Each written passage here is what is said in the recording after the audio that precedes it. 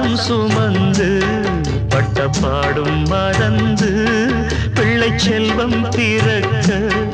அள்ளி கையில் எடுக்க